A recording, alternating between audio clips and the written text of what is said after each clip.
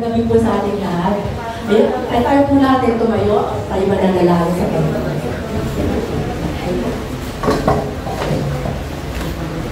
Nalalayan po natin sa sandali ang pag-ibig ng Panginoon sa atin.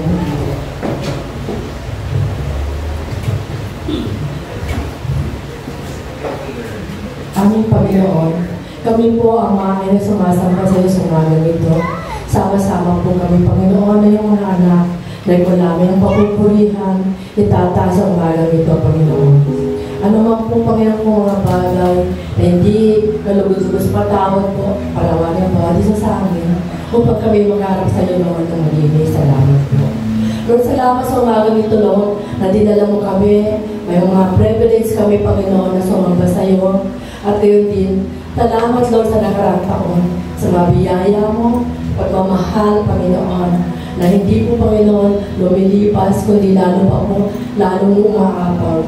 Lord, salamat, Panginoon, sa mga naritong anak mo, na sasamba sa iyo, sa mga instrumento, Lord, at sa mag-aawitan. Lord, ikaw po kahit pinasasalamatan na tinaawitan sa umagang ito, Panginoon.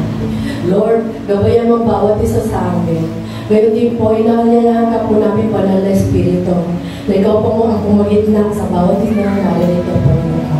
Ihanda mo po ang puso namin, O God, at ang magpahatid ng magandang balita, Lord. Salamat, Lord, sa karunungan binigay mo sa Kanya, sa paggamit mo sa Kanya. Kami po ay uuwi, Lord, na dala-dala po ang mensahe mo ito. Ano po madalahin namin sa umagang ito? Lord, alam namin na ito ay lilipas kapag nagbibigyan mo kami ng pag-asa sa pamamagitan, Lord, ng magandang salita at ng magandang mga paalala sa amin lahat. Salamat din po, Panginoon, sa lahat, Panginoon, mga kapunta po lamang, gawayan mo po sila, O God. Ikaw pa pupurihan sa simula hanggang sa wakas ng aming pananambahan. Ikaw may taas, ikaw papurihan po lalo po iba. Ito ang aming panalangin sa pangalan ng Ama, Anak, Espiritu Santo, sa pangalan ng Jesus. Lahat po magsabi tayo ng Amen. Amen. Amen.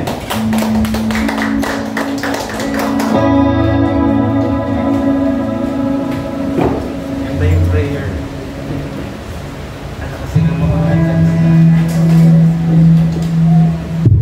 Amen. Bakit hindi po muna natin bigyan ng mataas na palakpakan ang ating Panginoon? Thank you, Lord. Thank you, Jesus. Yes, Lord. Sa mapagpalang natin po sa bawat isa, pwede po sabihin natin sa ating katabi, kapatid, hindi aksidente na nandito ka ngayon.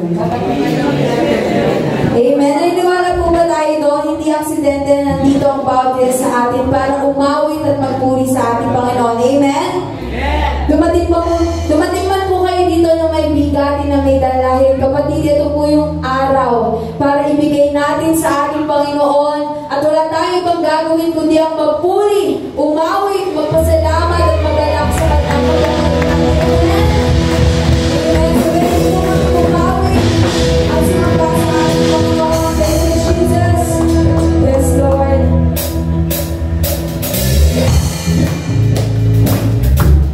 Come on, church.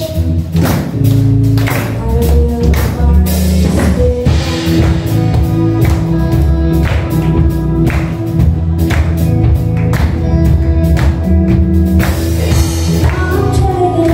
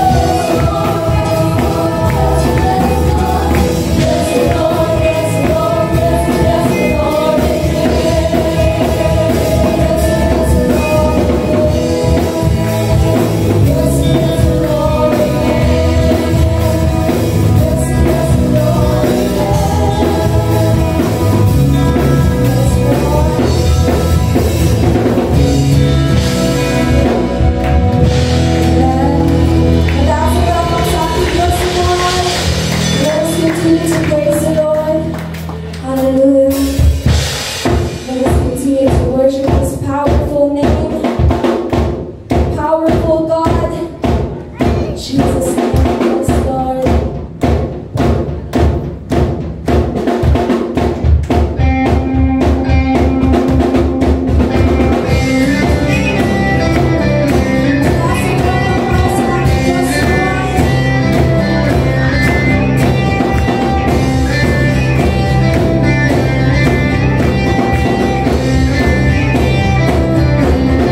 God is like force.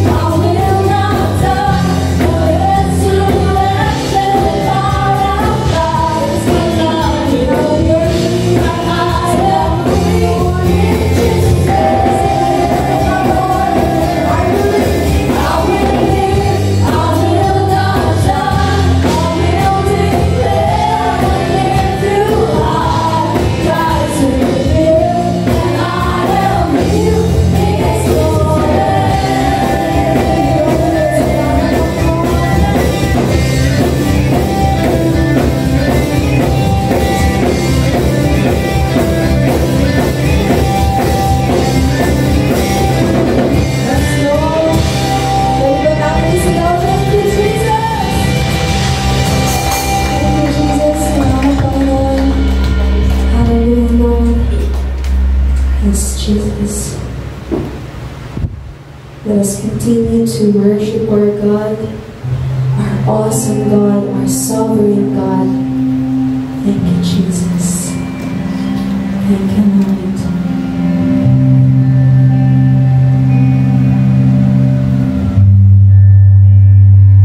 Yes, Jesus. Salamat, Panginoon, with you. Hindi ka nagkulang sa amin. Sa lahat ng oras, sa lahat ng Panginoon. Nandiyan na, Panginoon. Hallelujah.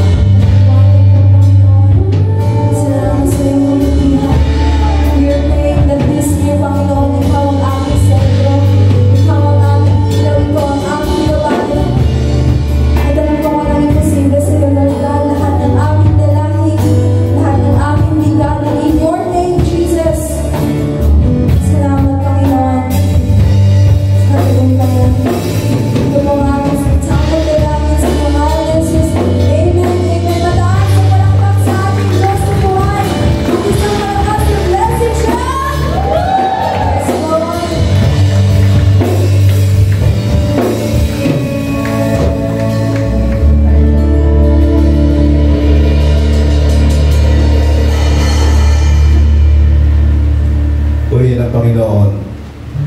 Pagkat ang gawain natin ito ay inahandin tulad ng Diyos sa isang higit. Para bagang sa awitan pa lang. Di ba, pagka tayo kakain, inuuna mo natin prutas, no? Para pa sa pagkain ng yung awitin na kanina, yung ating awit papulit pagsampay, pangunahing pagkain. Pagkat ang centrality ng worship ay the Word of God, ay kanina sa pag-awit pa lang nakakabusog na. Yun si Amen. Ako, dama ko, busog na ako spiritually. Sapagkat yung topic na pag-aaralan natin ay may kaugnayan sa awitin na ating napakinggan. Pagkapat di kami nag-usap ng worship team, si Lord na nag-arrange ng lahat ng ito. Amen. Tapos natin ating kanang kamay at sabihin natin ating pananalig sa mga salita ng Panginoon. Sabihin natin, ang salita ng Diyos nagliligtas. Ang salita ng Diyos nagpapagaling ng sakit at karamdaman. Ang salita ng Diyos nag-aayos ng buhay. Ang salita ng Diyos nagbibigay ng pag-asa. At ang salita ng Diyos nagpapala. Sabihin natin, today I receive the blessings in the Word. One more time, today I receive the blessings in the Word. In Jesus' name, Amen. Ang teksto po ng ating pag-aaralan ay sa aklat ng Salmo, chapter 23, beginning from verse 1 to 6, hango sa ASD. Ito kaya po ninyo, mga kapatid sa white screen. Ang Panginoon ang aking pastor. Hindi ako magkukulang ng anuman.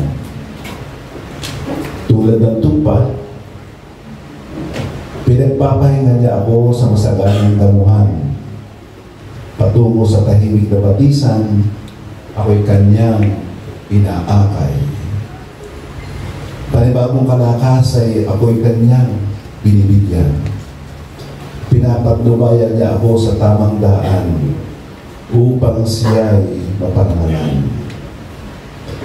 Kahit dumaan ako sa pinakamadilim na libis, hindi ako matatakot dahil kayo ay aking kasama. Ang dala niyong pamalo ang sa akin ay nag-iingat. Ang inyo namang tungkod ang gumagabay at nagpapagaan sa aking kalooban. Ipinaghanda niyo ako ng biging sa harap ng aking mga kaaway. Pinahiran niyo ng langis ng aking ulo, tanda ng iyong pagtanggap at parangal sa akin, at hindi na uubusan ng laman ang aking inuman.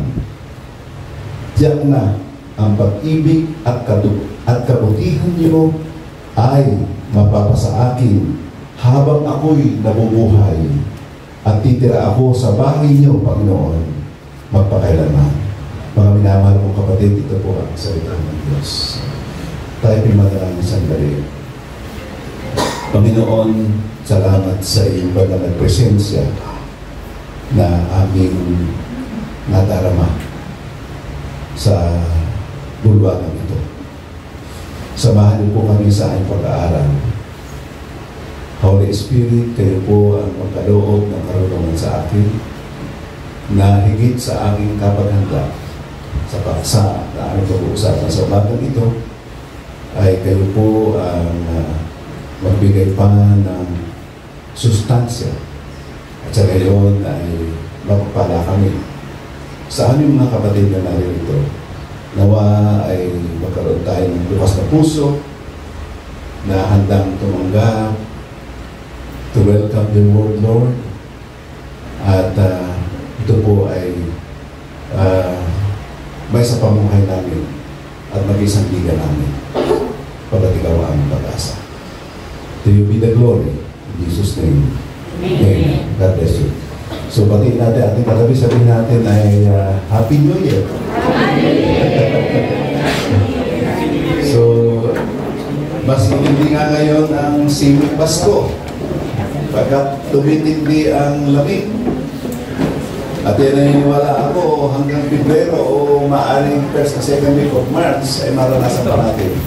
So kakaibang planeta, kakaibang lugar na naranasan natin. Kasi ito pambihirang panahon. Okay, purihin ng Diyos. So ito pong ating pag-aaralan ay pinamagatangkong ang pangangalaga ng Diyos sa atin. Sabihin natin, ang pangangalaga ng Diyos sa atin. Pwede ba kayo na may mga alaga sa atin? Kasi ang hirap yata nang wala nangangalaga. So ito ho ang palagay ko ay pinakasikat o natatampo sa aklat ng awit na sasabihin natin kung sa isda ay imumurahin yung galunggong pero may 300 ng galunggong. Okay, ito ho ay masyadong lasak na lasak. Pero ipalagay ninyo ngayon lang yung maririnig muli. Amen. Sabi ho ni Charles Spurgeon, sabi ho sa English, I like to recall the fact that this psalm was written by David, probably when he was a king. So ito yung sinulat ni Haring, itong Psalm of David, itong sulat ni Haring David na ito, ay nagawa ito hindi ng kabataang sinagpapastol pa. No? He had been a shepherd and he was not ashamed of his former occupation. So, nasa maturity na siya, nasa age of maturity, at sabi nga, maaling siya hari na noon. Na kanyang binabalik-balikan ang kanilang relasyon. No? He made an analogy about a shepherd and a sheep. Na ipinalagay niya na ang Diyos ang kanyang pastor at si David naman ang tupa ng Diyos. So merong paghahambing. So, sabi naman ho ni James Montgomery Boyce, millions of people have memorized this psalm. Totoo naman yun. Halos kabisado natin. Even those who have learned few other scripture portions. Ministers have used it to comfort people who are going through severe trials, suffering illness or dying. For some, the words of this psalm have been the last they have ever uttered in life. Nagagamit ko nga ito sa visitation sa may sakit. Totoo itong sinasabi dito ni James Montgomery. At kumisan sa service sa patay. At ito ang ginagamit ng mga ministro na masambit maging sa kanyang kapatid na kanyang niliministeran na maaaring sa ulit sandali ay yun na ang pagtabang ng Diyos. Pero ito ho ay halos kumpleto na nagbibigay sa atin maging sa kabataan, maging sa ating kapanahunan ng isang inspirasyon. Kaya ito ho ay pag-aaralan natin. At ito yung pinamagatan ko nga ang pangangalaga ng Diyos sa atin. Kanina ng umaga, bago ako maligo, binisita ko yung aking dalawang alagang baka na pinapataba para patayin kayo ng baso. So, I been a shepherd doon sa apat na baka. Parang nakikita ko itong nakikita ni Haring David kung paano, halimbawa tulad ko na kung paano inaalagaan o kung paano inaalagaan ko yung dalawang baka. na pinakataba. So, ilalasa ko ng tali, kinulong ko. Kasi ibili ko ng pigs, 3 sako na nabili kong pigs eh. Pagkakalimang araw nakakaisa, so that is 1,230 isa. Ini-estimate ko na in 3 months time, gagastos ako ng mga 21,000. Pero more than enough kasi i-increase yun sa estimate ko ng 140 kilos yung dalawang baka. At yung dalawang baka ngayon, pag bininta mo, 100 lamang, 332,000 na. Ay meron pa mga 40 kilos. Dalawang 40 kilos pa. So, kayo po. At alam niyo ang hayop, ako bilang nag-aalaga, alam ko kung paano yung stress nila. Pag madumi ang kulungan, kaya kailangan malinis ang tubig. Kasi kailangan malinis, kasi may agitation yan eh. Magdadala ng mga langaw at sila ay inaiirita rin. So ito po ay nakita ni Haring David. Nakita ni Haring David kung paano niya mag-alaga at mas lubha pa ang mag-aalaga sa kanya. Kapag tinarin niyang ang Diyos ang nangangalaga sa kanya. Can you say amen? Amen. Okay. Umpisa natin sa number 1. Sabi dito, ang Panginoon ang aking pastor. Ito ay verse by verse. Anim naman ito eh. Kaya ito ay isa-isa ko. So sa verse 1, meron ng isa, yung 1a, ang Panginoon ang aking pastor. Dito ho, inangkin, personal, na inangkin ni Haring David na ang kanyang shepherd, ang kanyang pastor na nag-aalaga sa kanya ay ang Diyos. Na meron silang intimate relationship. Kaya nga, God was like a shepherd to David, and David was a sheep to God. Yan mo ang relationship o nabanggit kong analogy kanina. God was like a shepherd to David and David was like a sheep to God. Ang kulturang ito po ay kultura sa Middle East. Na ang king doon sa Middle East ay shepherd, the provider of all his people needs. Kaya po sa Middle East yung kultura. Pag sinabing king, ipoprovide mo pangangailangan ng lahat. Libre lahat doon. Yun ang kultura dati sa Eastern, sa Middle East. Our God, ang ating Diyos, ay very much willing to have an intimate relationship with us. Huwag natin kalilimutan niya. God is love. Hindi God has love. Ang Diyos ay pag-ibig at wala siyang pinakananais. Kaya sabi niya na parito siya para bigyan tayo ng isang buhay na ganap at kasiya-siya. Ikaw ba, kapatid? Sino ang Diyos sa atin? Kaya ba natin ariin siya ang captain ng buhay natin? Kaya ba natin hininas siya ang pastor natin? Ang topic natin ay sa buong taong ito ay sovereign care, God's sovereign care. Kaya napili ko ang topic na ito. Posible na nakilala mo ng Diyos. Sa buhay natin, alam na kilala. We have a relationship with God. At alam natin na namatay sa krus ng Kalbaryo sa pag-ako sa ating mga kasalanan. Alam din natin na nabuhay sa maguli, we believe in God.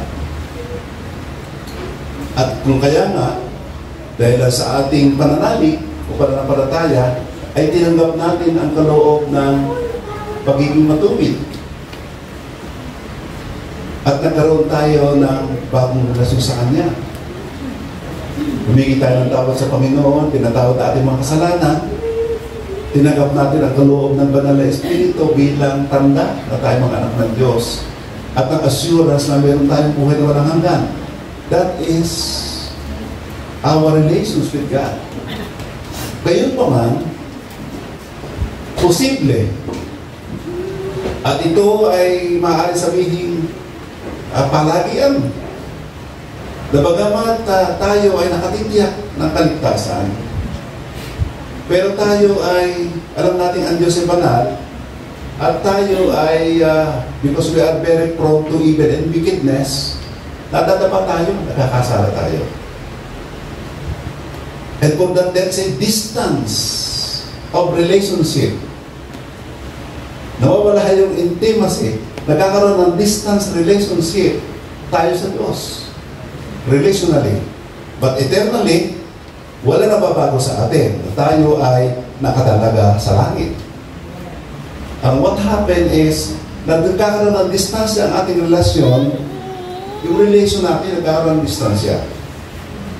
At kung kaya nga, para bigyan tayo halimbawa, sa isang mag-asawa, nag-aaway yan, nagkakahinanakitan, hindi nawawala ang kanilang true identity na sila ay pinag-isa. Yung dalawang mag-asawa nagkagalit, nawala na ba? Tuloy bang hiwalayan? Relationally, yes, nagkakaroon ng kaunting pasamantalang hiwalayan. Pero never na sila ay nagkaroon ng separation sa buhay. Ha? Kayo say amen? Amen. Kaya nga dito sa Pilipinas, hindi pwede nga yung basta na tayo nawawala agad yung kasal, bisa ng kasal. At totoo naman yun. Ang pinag-isa ng Diyos, hindi pwedeng pag-iwalayin. Hindi nawawala yun.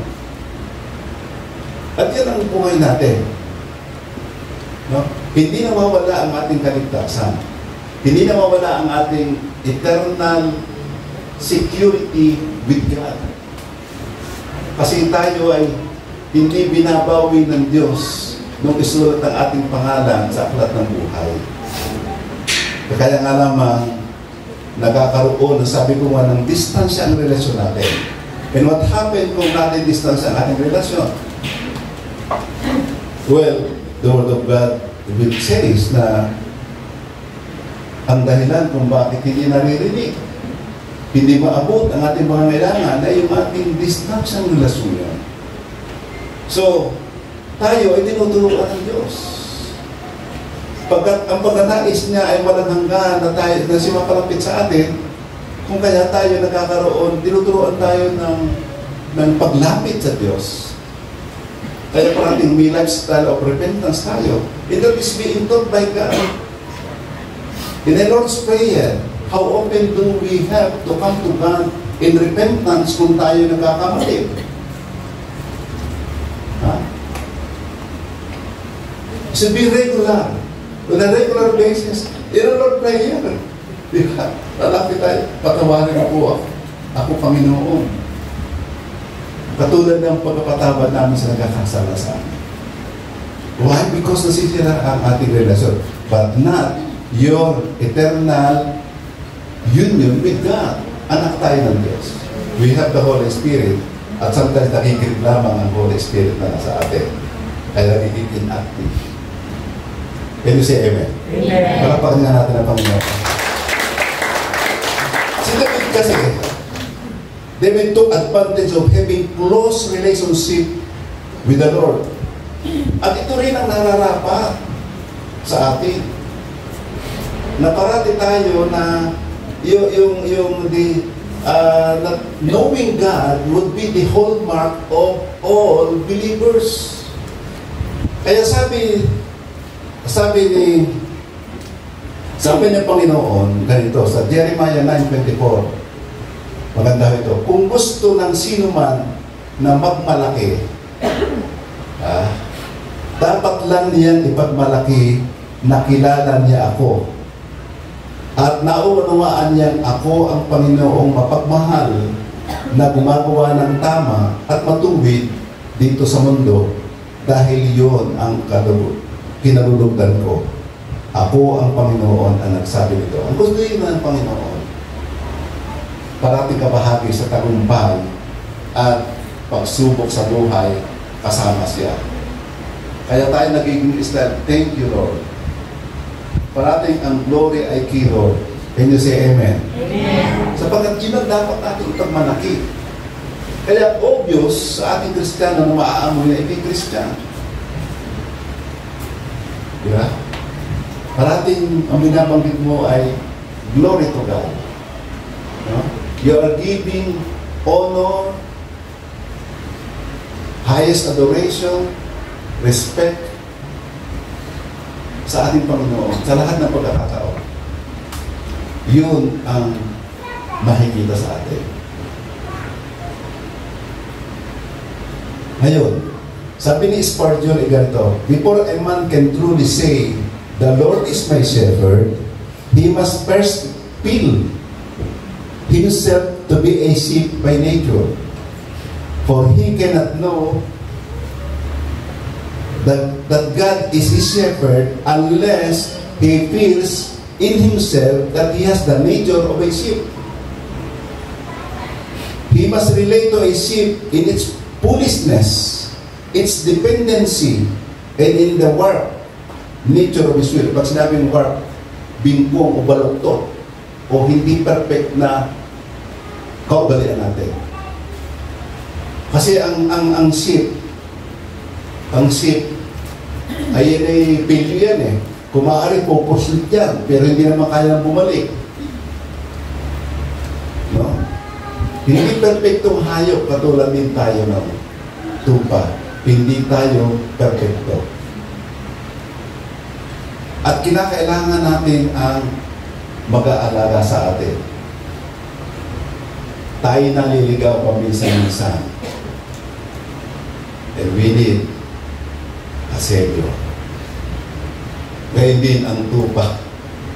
So, ang nature natin, bago natin masabing ang Lord, ang ating pastor, kinakailangan malaman natin na ang nature ng tupa ay maaaring katulad din natin. Tayo may hindi perfecto katulad ng tupa. Malimit tayo naliligaw. At kailangan natin ang ating tagapagligtas. Can you say amen? Amen. Hallelujah. Sabi sa Pilipos 3 na ikato, nais ko ngayon, sabi ni San Pablo, nais ko ngayon na higit pang makilala si Kristo. Dapat tayo kayo din maranasan ang kapangyarihan ng muli niyang pagkabuhay, makabahagi sa mga paghihirap niya at matulad sa kanya sa kamatayan. So, si San Pablo, alam niyo si San Pablo, buhat nung makilala niya ang Panginoon, baliwala na sa kanya ang lahat.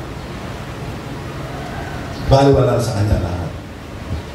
He received a divine revelation from God, kung ano ang pinaparwa sa kanya. At higit pa doon, gustong makilala pa ng tubusan. Yung ating last year na deeply rooted in Christ, ay yun ang ginagawa ni San Pablo. Nahigit pa doon. At nais niya maging sa kamatayan ay makibahagi sa naranasan paghihirap. Gustong-gusto niya na makilala ng malaliman pa ang Panginoon. Tayo ba'y naghahangad ng gayon? Can you say amen? Amen. Na makilala natin ng malaliman pang kaparaanan ng Diyos. Pagkat si Jesus ay ganito, sinabi ni Jesus ay ganito, sa John 10:11, ako ang mabuting pastor. At ang isang mabuting pastor ay handa mag-alay ng buhay para sa kanyang mga tupa. At ginawa na niya yun. He died at the cross. Sabi sa Isaiah 53 verse 5, siya'y sinugatan dahil sa ating kasalanan. Binugbog siya dahil sa ating kasamaan. At ang kalagayang mabuti na dinadanas natin ngayon ay bunga ng kanyang pagtitiis. At sa kanyang mga lakay, tayo ay nagsigalit. Pinapalakpakan natin ang mga. Iyan ang ating pastor. Iyan ang nangangalaga sa atin. Sinabi naman, may contrast naman niya, sinabi naman niya Jesus. Sa John 10:27 to 20, ganito, nakikinig sa akin ang aking mga tupa. Kilala ko sila at sumusunod sila sa akin. So, binibigyan ko sila ng buhay na walang hanggan at kailanman ay hindi sila mapapahamak. Wala makakaagaw sa akin, wala makakaagaw sa kanila sa aking mga kamay. So, yun po ang ating bahagi naman na tayo, meron tayong surrendered life sa Kanya. Naroon yung ating pagsunod or what we call, as we put our trust, may compliance yun. Nagmamanifest sa gawa na sumusunod tayo. At alam natin ang boses ng ating Panginoon. Kasi mawawala yung paghahambing, mawawala yung relasyon na ang Diyos ay ating shepherd, sa ating pastor, at tayo naman ang kanyang mga tupa. Kasi kung hindi ka naman karoon tupang parating ligaw na hindi nakikinig sa kanyang sinasabi, ay yun, distansya ang relasyon at talo na naman tayo doon. No?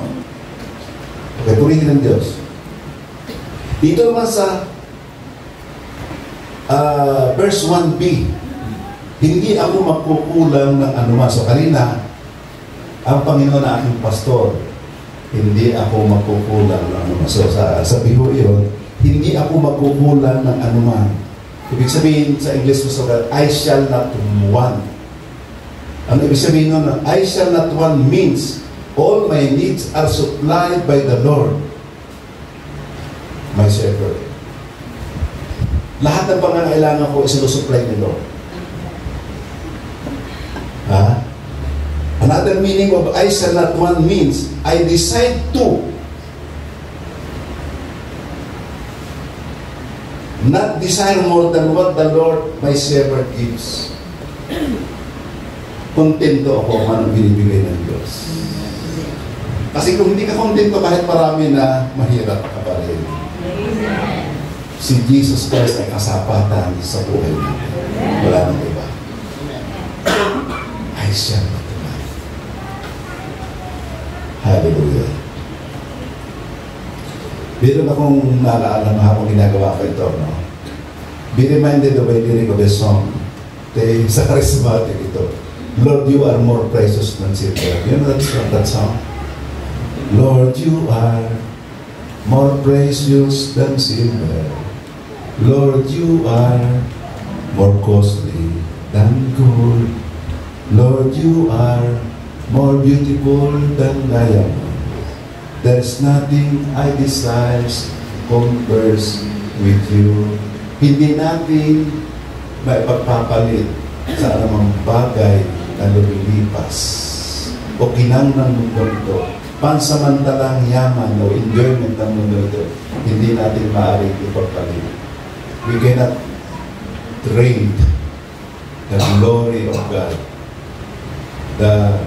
the importance of knowing God, which must be the hallmark of all believers, sa anumang bagay na kumukupa sa mundo ito.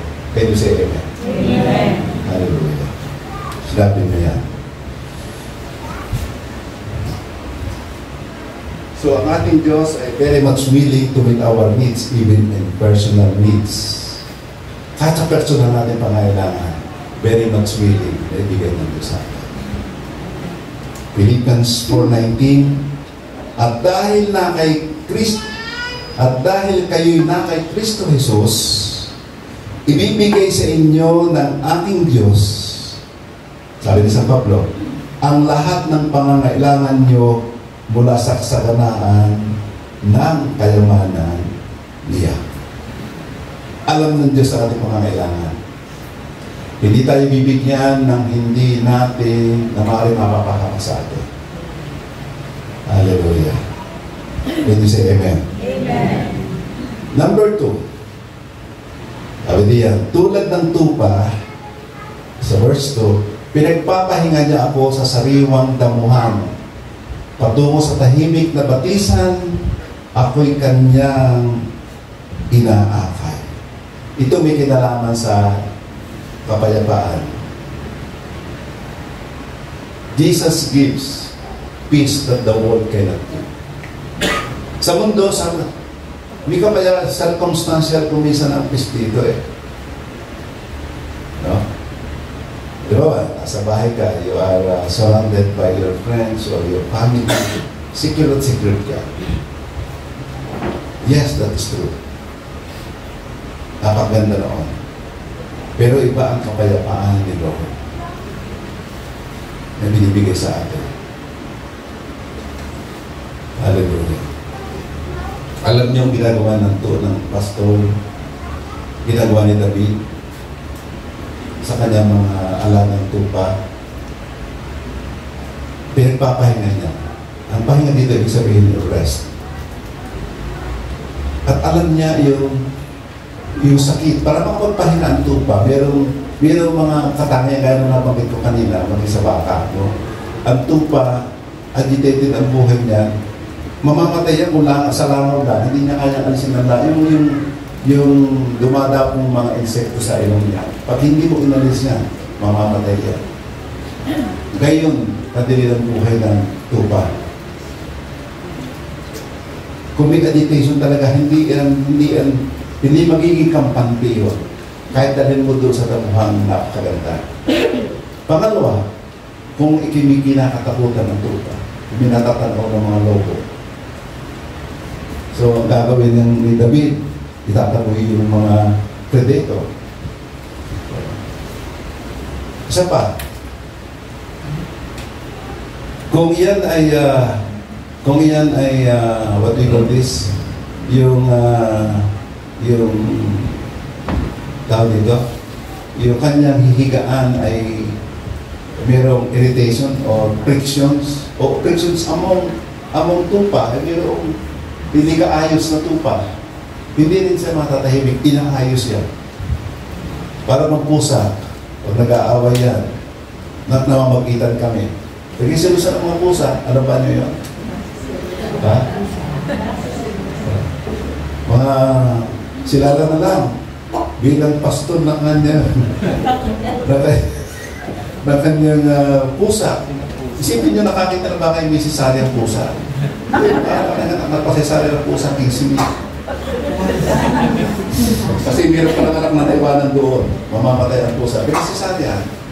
At nagkaroon ng urinary infection at paswero, kastos na naman. Gaya ng mga malaga, gaya ng pastor. Gaya si Haring David. At saka alam niyo yung dinadala niya sa still water, ibig sabihin dinadala sa batisan, yung wala ding ligalig. Kailangan malinis ang inumin. No? Ibig sabihin niya, nire-refresh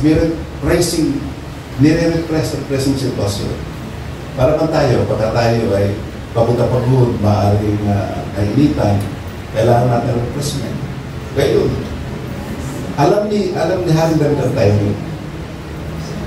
At pagkat ganyan ang kanyang ginagawa, alam niya na ang Diyos natin, ngayon din para sa atin. Kaya kasi, amen. Higit pa, buhay niya ibinigay sabi nga di ba, sa Romans 8:32, ibinigay nga niya ang kanyang bugtong na para mamatay sa krus, akuhin ang ating pagkakasala. May bagay pa kayang hindi kanyang ibigay ng Diyos. Yan ang ating pastor na handang ibigay sa atin. Hallelujah. Kaya sabi, sa John 14:27 ganito, sabi ng Panginoon, huwag kayong mabagabag at huwag kayong matakot dahil iniiwan ko sa inyo ang kapayapaan. Ang aking kapayapaan ang ibibigay ko sa inyo. Hindi ito katulad ng kapayapaan ibinibigay ng mundo. So, ibig sabihin, naroon yung para ka bang ang nature ng isang tupa na naghahangad ng pangangalaga ng isang pastor na siya ay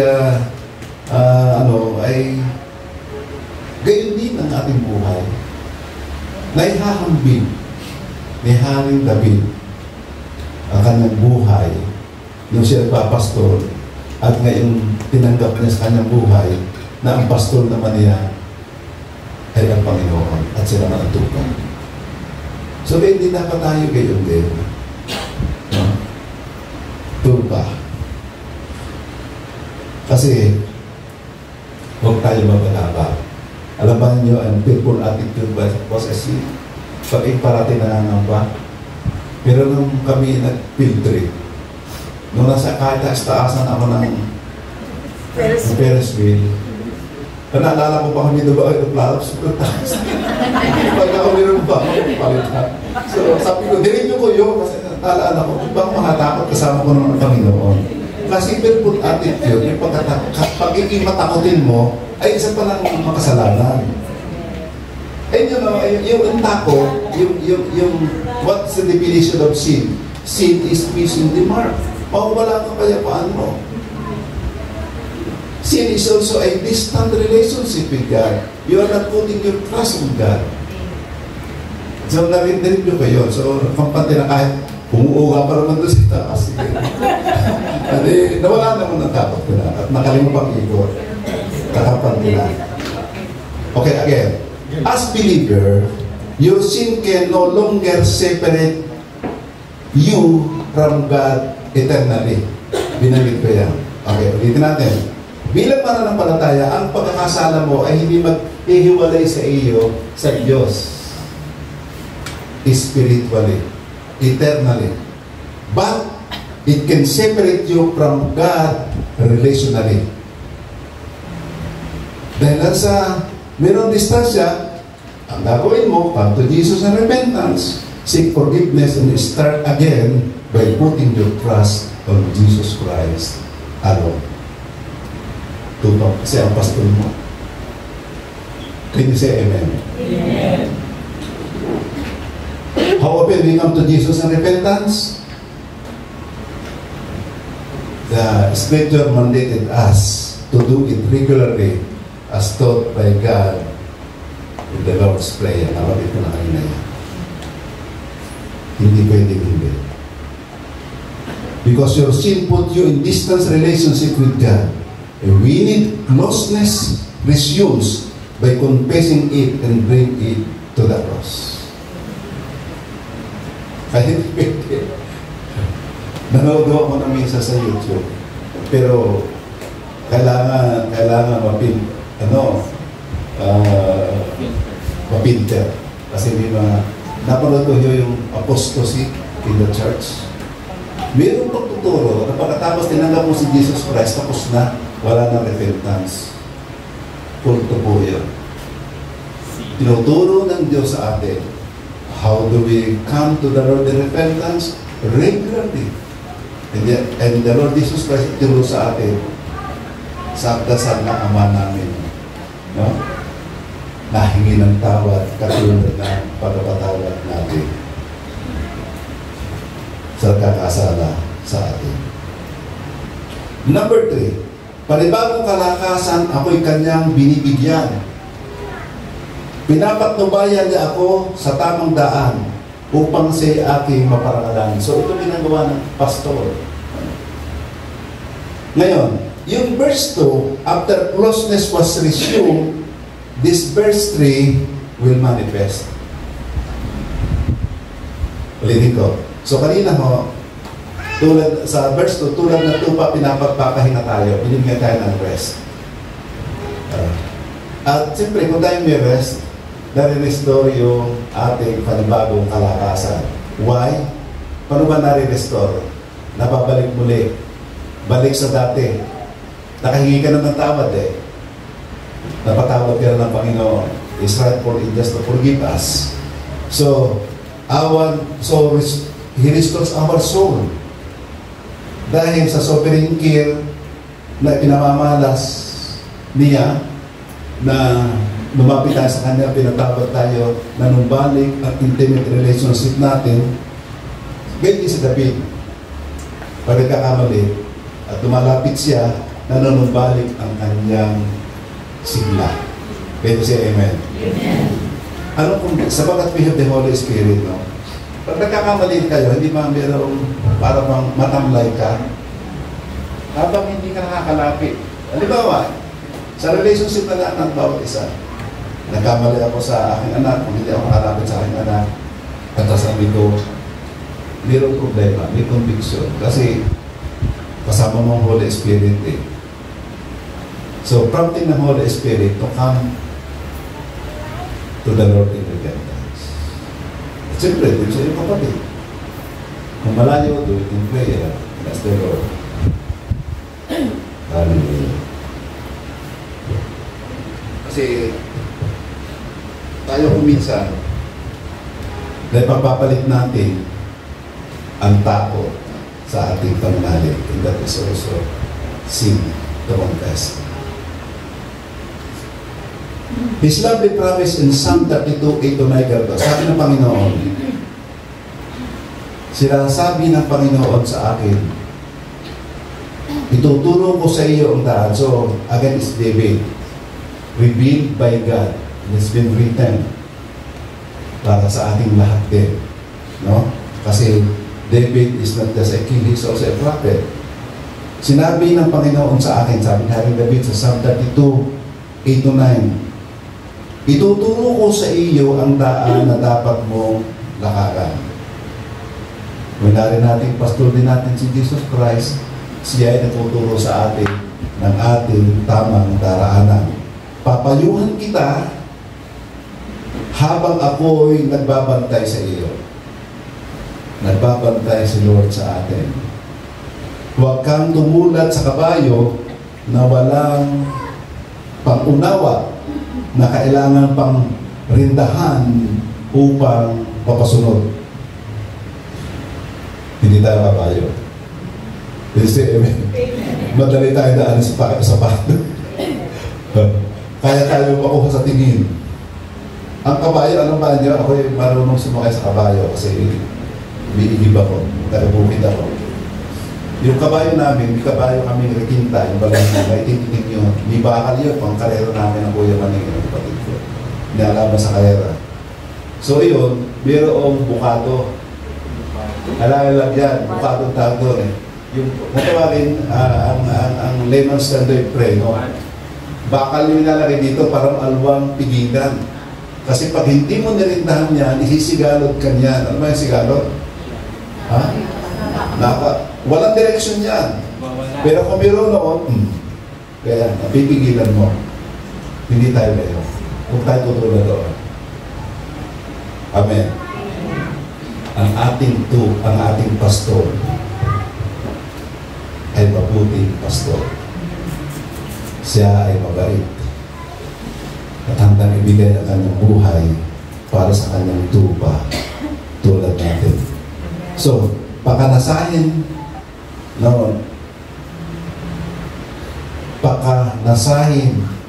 natin na tayo magkaroon ng pusong dalisay na sumusunod at bibig na nagsasabi, yes, Lord, I will follow you.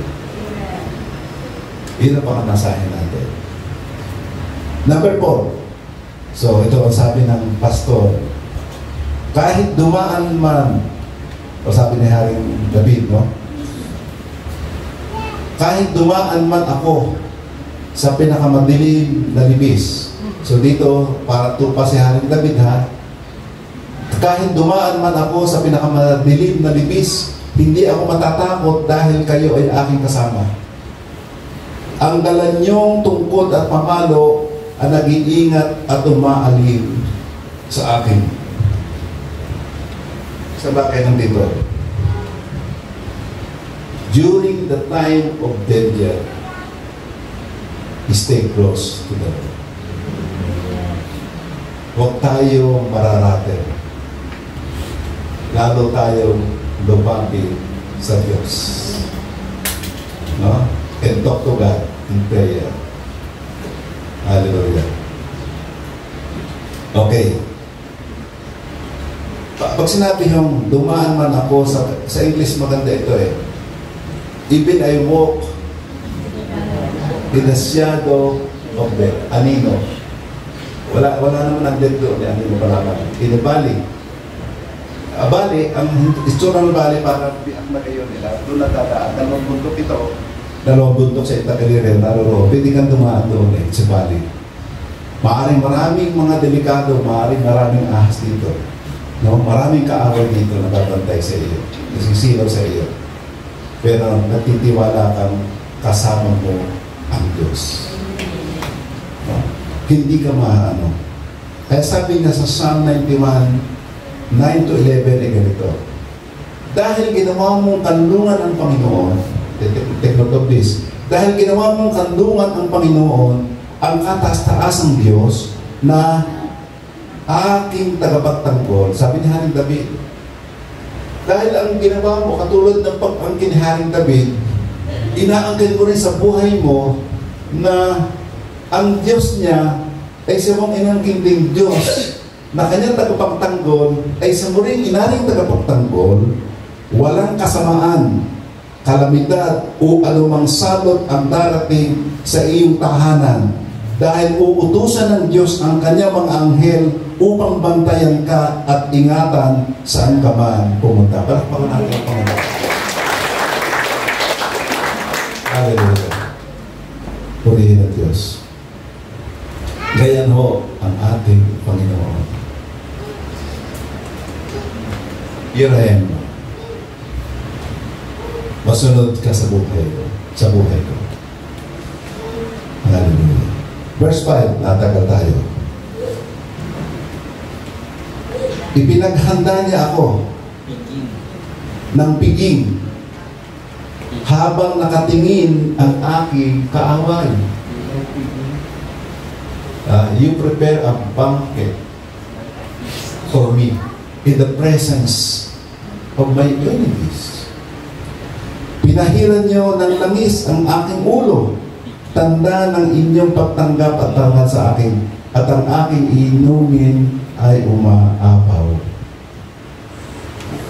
Muli gumamit si Haring David ng metaphor o paghahambing.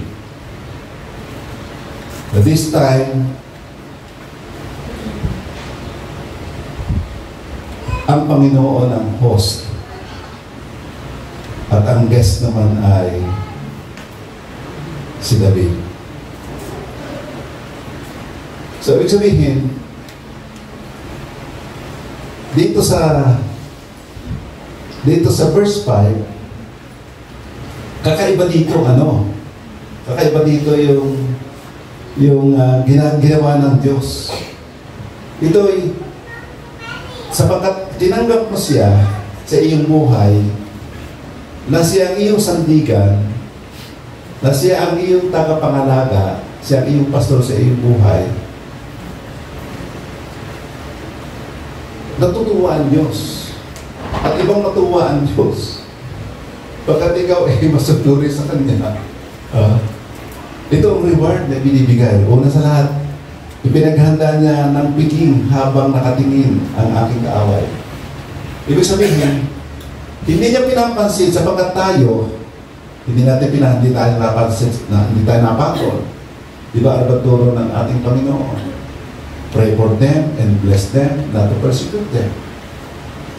It is the reward. Parating may contrast yun Sapat ginawa mo yun, sa iyo ngayon ang pupunta ang pagkapala.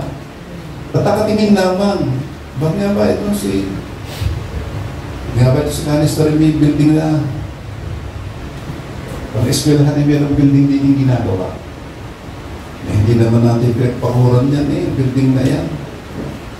Alam ng Diyos yung ating hangarin, natuwa siya. Kaya alam niyo makatapos na. By February, makatapos na. Reward yan ni Lord. Donasyon niya po yan ng isang foundation. Palapakan na natin ang kanya.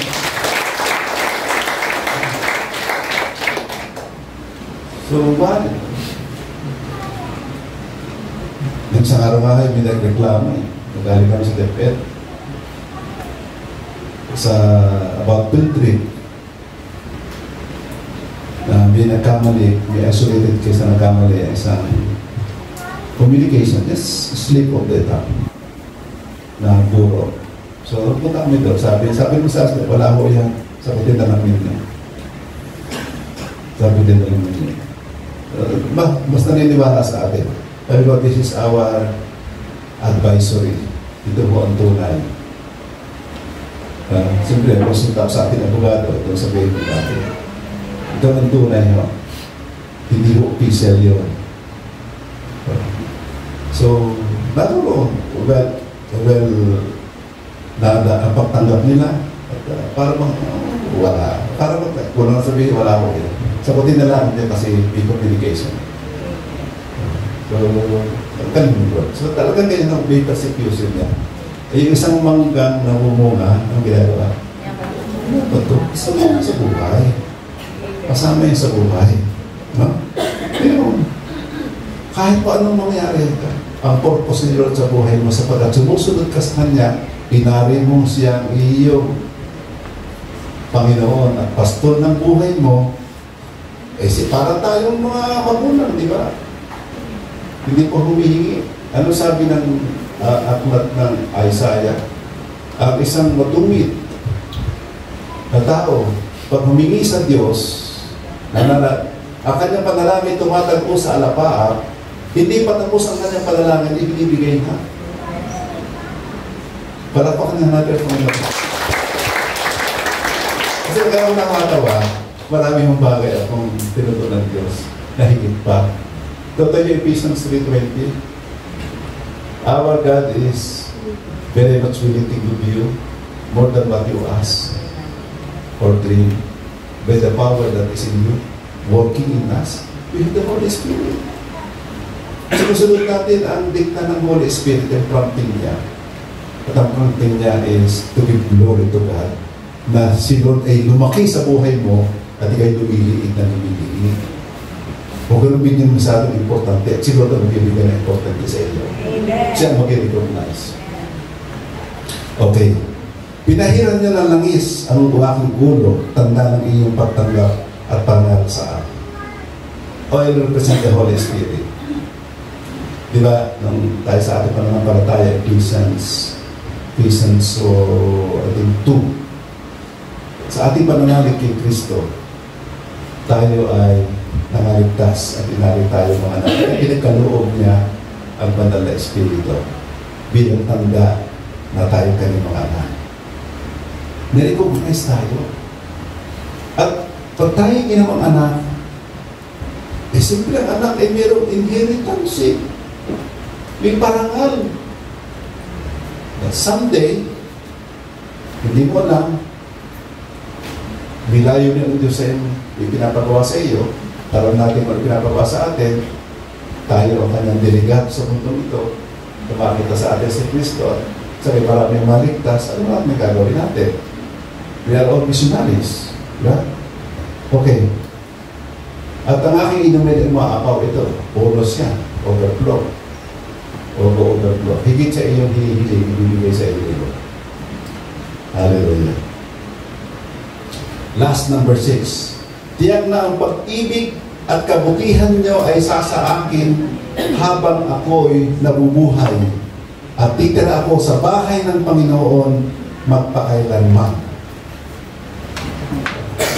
Pagkat si Lord ang nasa sentro ng buhay mo, no? Centerpiece sa buhay mo ay si Lord.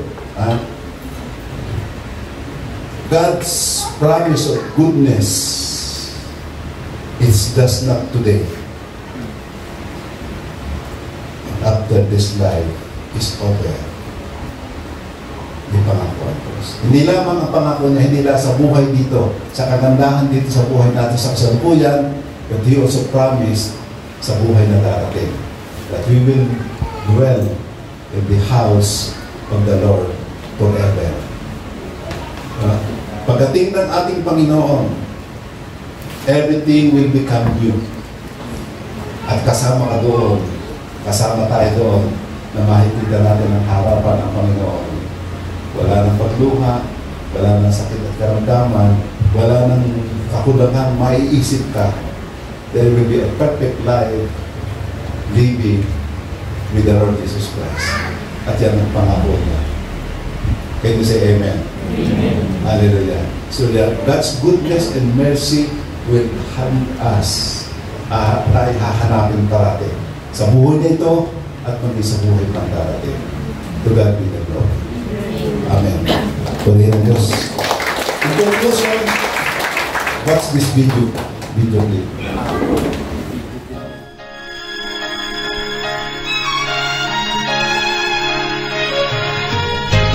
Footprints in the sand, He held me in His hand, and gave me strength to face the coming day.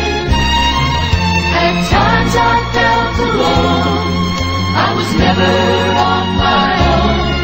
Someday I'll understand. Footprints in the sand.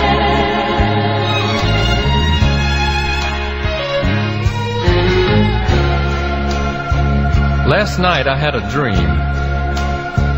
I dreamed I was walking along the beach with the Lord, and across the sky flashed scenes from my life. And for each scene, I noticed two sets of footprints in the sand. One belonged to me, and the other to the Lord. And after the last scene of my life flashed before me, I looked back at the footprints in the sand, and I noticed that many times along the path of my life, especially at the very lowest and saddest times, there was only one set of footprints. Footprints in the sand, He held me in His hand. Someday I'll understand. Footprints in the sand.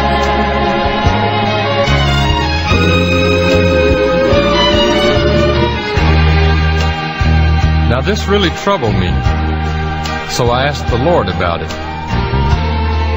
Lord, you said once I decided to follow you, you'd walk with me all the way. But I noticed that during the saddest and lowest times of my life, there was only one set of footprints.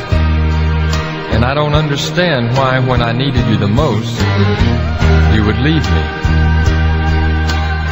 And the Lord replied, "My son, my precious child, I love you, and I would never leave you. During your times of suffering, when you could see only one set of footprints, it was then that I carried you." Footprints in the sand, He held me in His hand, and gave me strength to face the coming day. When times I felt alone, I was never on my own. Someday I'll understand. Footprints in the sand. Footprints in the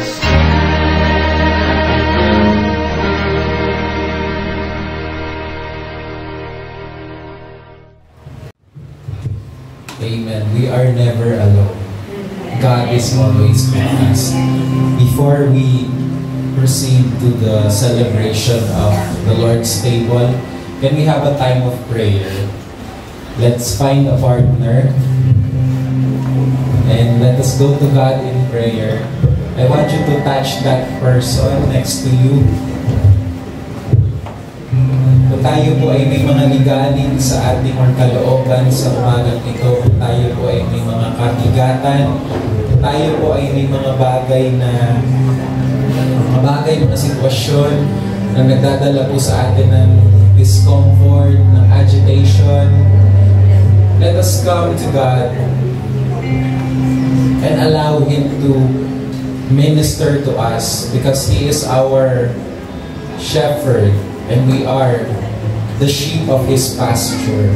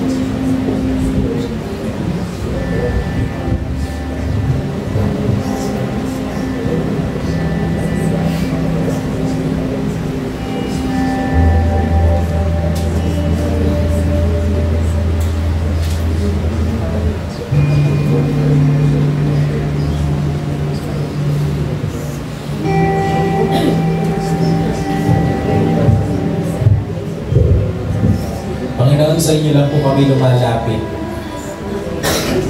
May mga bagay na hindi po namin kaya ayusin.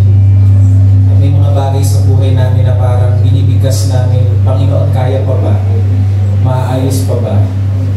Subalit ngayong umaga natutunan namin na Ikaw ang Diyos na gumagawa sa aming mga buhay. Truly, we are under your care, your sovereign care. Kaya narito kami, Panginoon, buong puso, binibigyan ka namin ng laya na alagaan kami sapagkat kami ang iyong mga tupa. Binibitawan po namin ngayong umaga anuman pong alalahanin, anuman pong mga kabigatan sa aming mga buhay. Salamat o Diyos. Sa ngalan ni Jesus. Amen. Amen. Tayo pong lahat ay tumayo. Hawakan na po natin ang mga tinapay.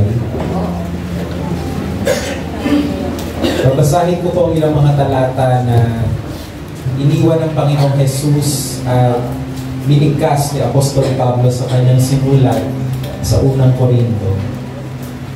Ang sabi niya, ito ang katuruang tinanggap ko sa Panginoon at ibinigay ko naman sa inyo. Noong gabing siya ipagkanulo, ang Panginoong Jesus ay dumampot ng tinapay. Hawakan po natin ang tinapay.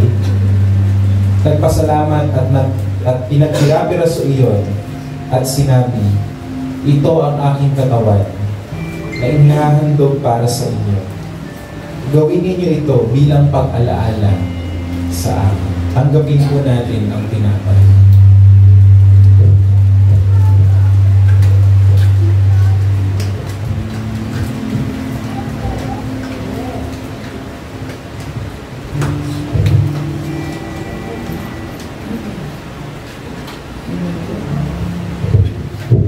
Matapos maghapunan, dumampot din siya ng kopa at sinabi, ang kopang ito ay ang bagong tipan ng Diyos na pinagtibay ng aking dugo. Tuwing iinumin ninyo ito, gawin ninyo bilang pag-alaala sa akin. Sapagkat tuwing kakain kayo ng tinapay na ito at iinom sa kopang ito, ipinapahayag ninyo ang kamatayan ng Panginoon hanggang sa kanyang muling pagparito. Tanggapin po natin ang inyong.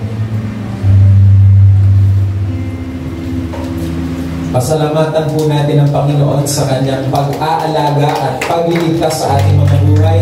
Palakpakan po natin ang Panginoon.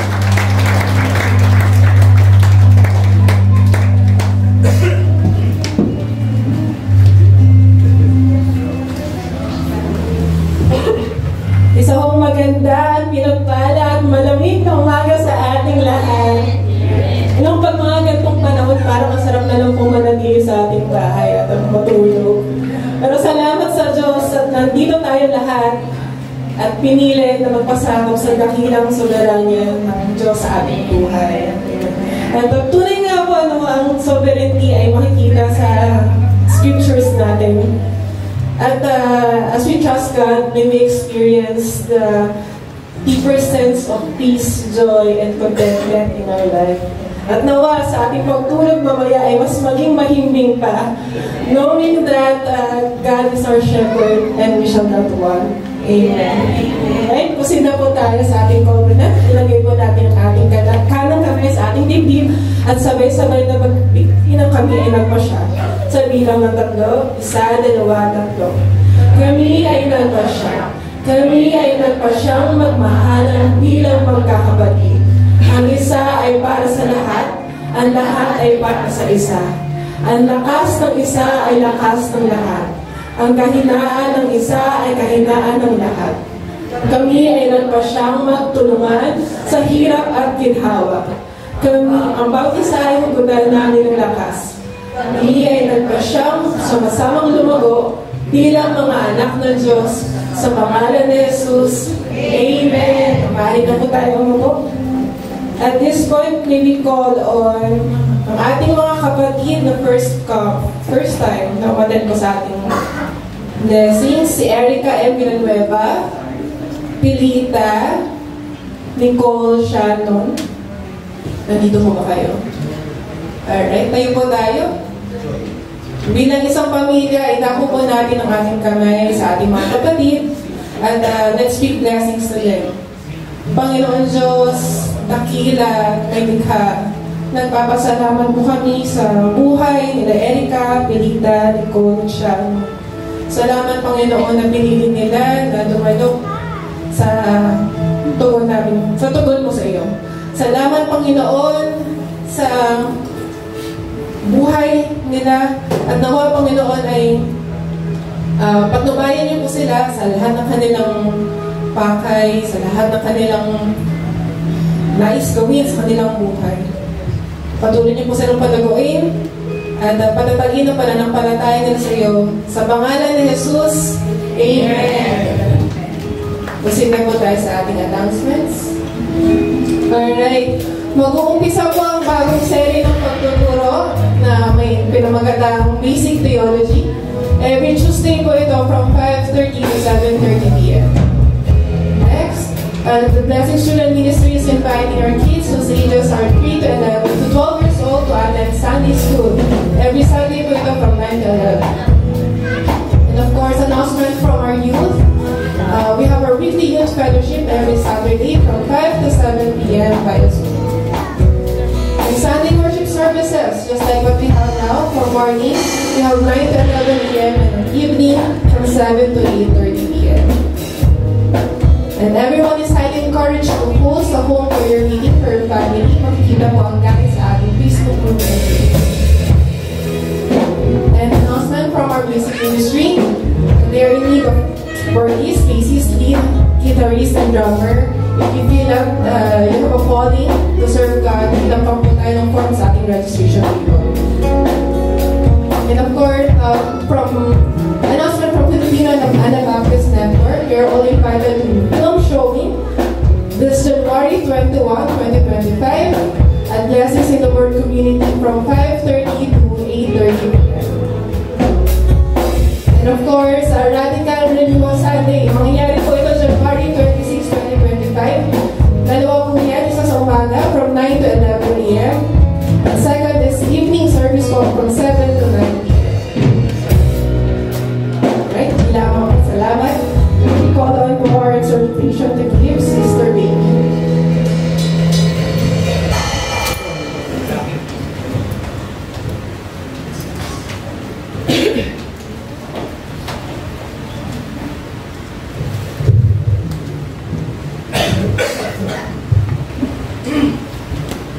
Pinapalang umaga po sa ating lahat.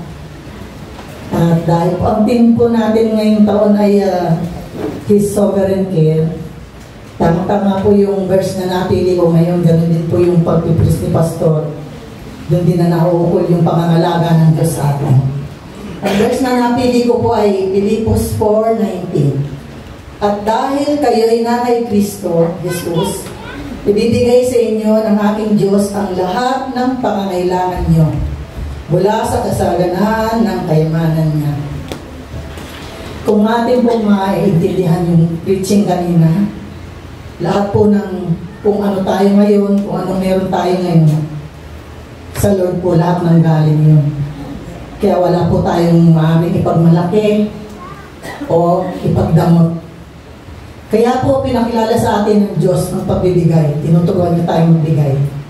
Hindi po yung binibigay natin ang tinitingnan niya. Ang tinitingnan niya ay yung puso po natin. Kung kaya po nating ibigay yung kung anong meron tayo. Kasi doon natin natututunan yung kung ano talaga ang kahalaga ng pagbibigay. Kaya tayo bibigay dahil mahal natin ang Diyos. Dahil may pahalaga tayo sa Kanya. At gaya sinabi ni Pastor kanina, yung kung anong meron tayo ngayon, lahat po yan ay nawawala. Lahat po yan ay hindi natin magdadala. Kaya kailangan po, ang pinakamotibo po natin talaga ay kung paano natin siya maparangalan dito sa lupa. Kapag tayo po ay nagbibigay, hindi lang po tayo nakakatulong sa ating kapwa, kundi nakakatulong din tayo kay God. Wala pa pong naghirap dahil sa pagbibigay. At lagi po natin tatandaan na ang pagbibigay ay hindi tungkulin. Ito po ay isang pribilehiyo kung saan natin pwedeng ibalik yung kung anong binibigay ng Diyos sa atin bilang pasasalamat at papuri sa Kanya. Hawakan po natin ang ating mga kaloob. Panginoong Diyos namin mapagbigay, mapagmahal, patuloy na nagmamahal sa amin. Narito po ang aming mga kaloob, amin pong napaknakayanan, inyo pong pagdamutan, gamitin ito para sa inyong karangalan, dear God. Naway lahat ng mararatnan nito na lugar at tao ay maging pagpapala. Maraming pagsasalamat po sa patuloy niyong pangangalaga sa amin. At maraming salamat din po na hindi kayo nagsasawa sa amin dahil kami po hindi karapat-dapat sa totoo lang, pero palagi niyo kami minamahal at inalalayan. Basbasan niyo po ang kaloob na ito, maging kagamit-gamit, dear God. Kung hindi po yung mga nagkaloob, patuloy niyo po silang biyayaan. At yung mga hindi pa po, wala pa po kakayanan, ay po humingi po sa kanilang puso na unawaan ang tunay na halaga ng pagbibigay. Ito po aking samot dalangin sa pangalan ng iyong anak na Jesus. Amen.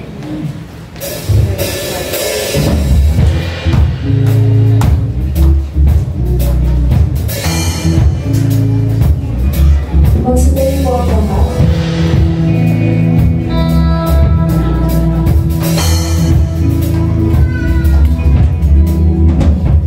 I'm trading my sorrows, I'm trading my shame, I'm laying them down for the joy of the Lord.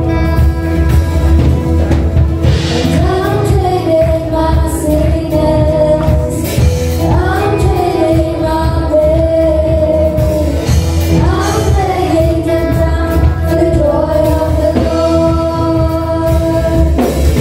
I'm blessed beyond crush, pressing good and not abandoned, struck down and not destroyed. I'm blessed beyond the price, for His promise will endure, and His love will be my strength.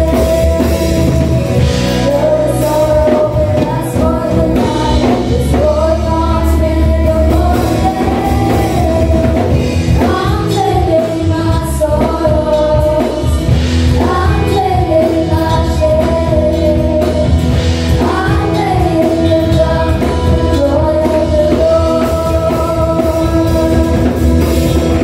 'Cause I'm trading my sickness, I'm trading my pain, I'm laying them down for the joy of the Lord.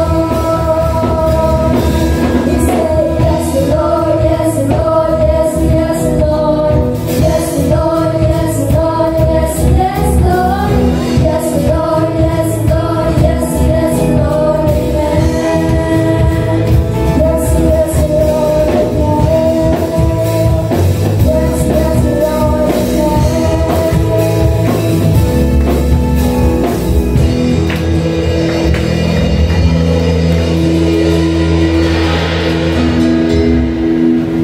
Let us all pray. May the Lord bless you and keep you. May His face shine upon you.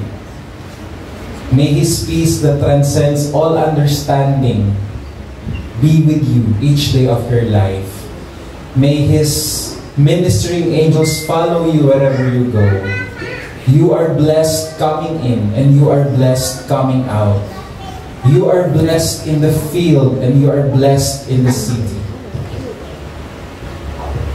May you live under the banner that says His sovereign care. May the love of the Father, the grace of the Lord Jesus, the fellowship of the Spirit be with you abundantly. In Jesus' name we pray. Amen. Amen. Tapos na po ang ating service. See you next Sunday. God bless you. Magkamayan po tayo.